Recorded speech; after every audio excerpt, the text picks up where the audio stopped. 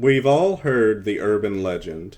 Some evil person with nefarious plans plants a child on the side of the road. An unsuspecting victim spots the child while driving, stops their car, and goes to the child to see if they need help. Then, a twisted monster reveals himself and promptly robs, abducts, kills, or does who knows what to the motorist who was just trying to save a helpless kid who it turns out was being used as bait. Such was the case with 25-year-old nursing student and Hoover, Alabama native Carlee Russell, or so she claimed. Thankfully, Russell is alive and well, but police have been unable to verify her story, and many aspects of it simply don't seem to add up.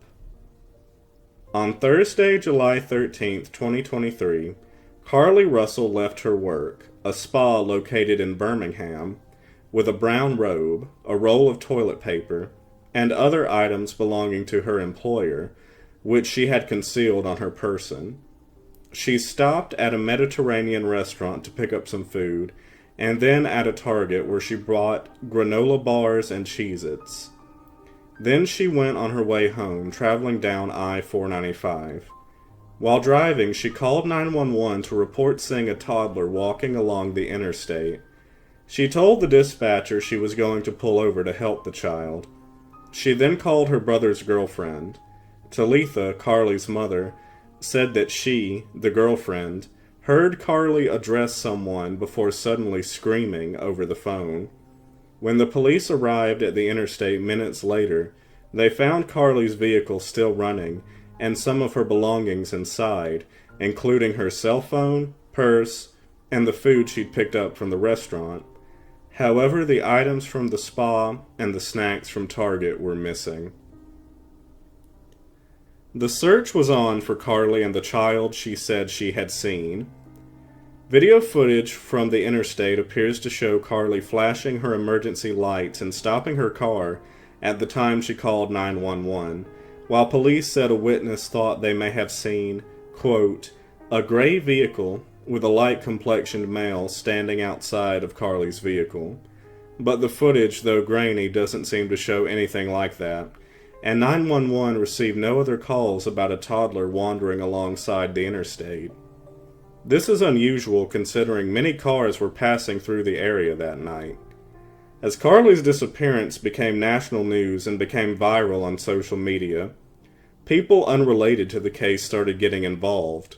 A $25,000 reward was offered to anyone who could help find Carlee.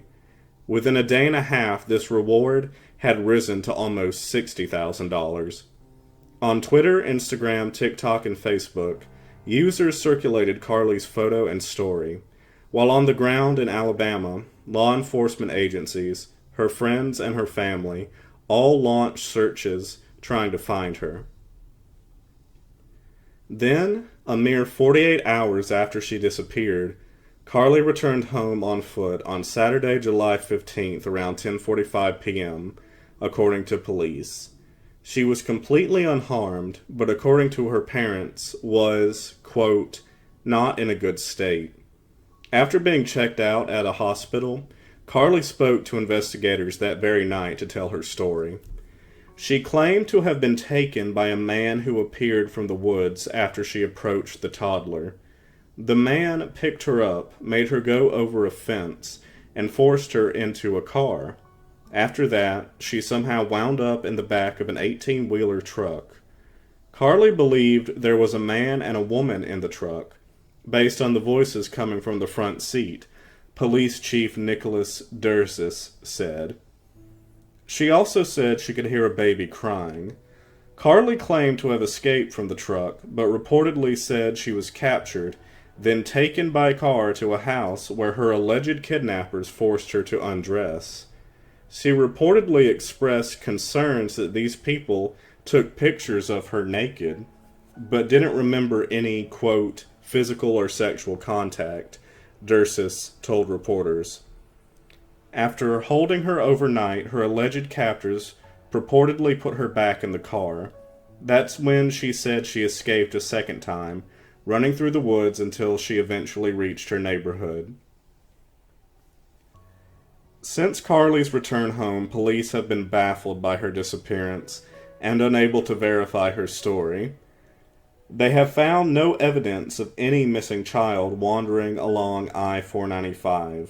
Their investigation purportedly shows that, while on the phone with the dispatcher, Carlee would have been following the child for 600 yards, the equivalent of the length of 6 football fields.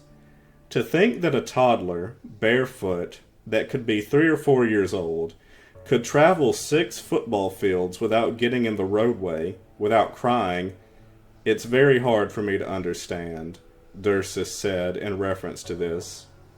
Dursis added that Carlee's internet search history turned up a number of, quote, very strange entries in the days and hours leading up to her disappearance. She apparently looked up whether or not people have to pay for Amber Alerts, and if there is a maximum age for such notices. She also looked up how to take money out of a register without getting caught, and looked for a one-way bus ticket from Birmingham to Nashville for July 13th, the day she went missing. She also Googled the movie Taken, a well-known Liam Neeson film about a father who searches for his daughter after her kidnapping by a ring of human traffickers in a foreign country. The investigation is not over, but police would like to speak with Carlee again. Dursis said their request hasn't yet been granted, but he noted, there are many questions left to be answered, but only Carlee can provide those answers. Now, it's obvious that Carlee's story is quite strange and convoluted, with many details simply not making much sense. The obvious answer to this is that she simply fabricated the story.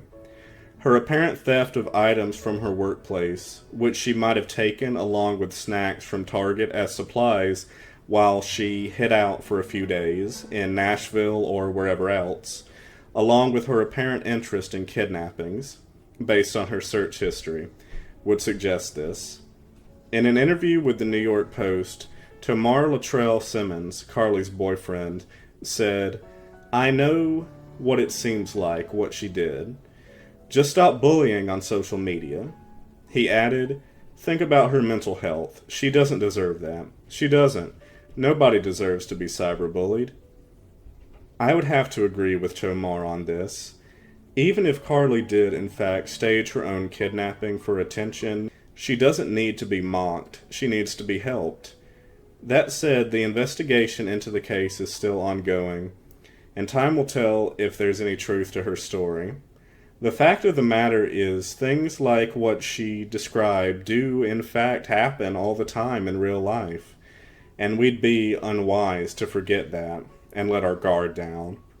Thanks for watching, you guys. Stay safe out there, and remember, don't get scared out of swords.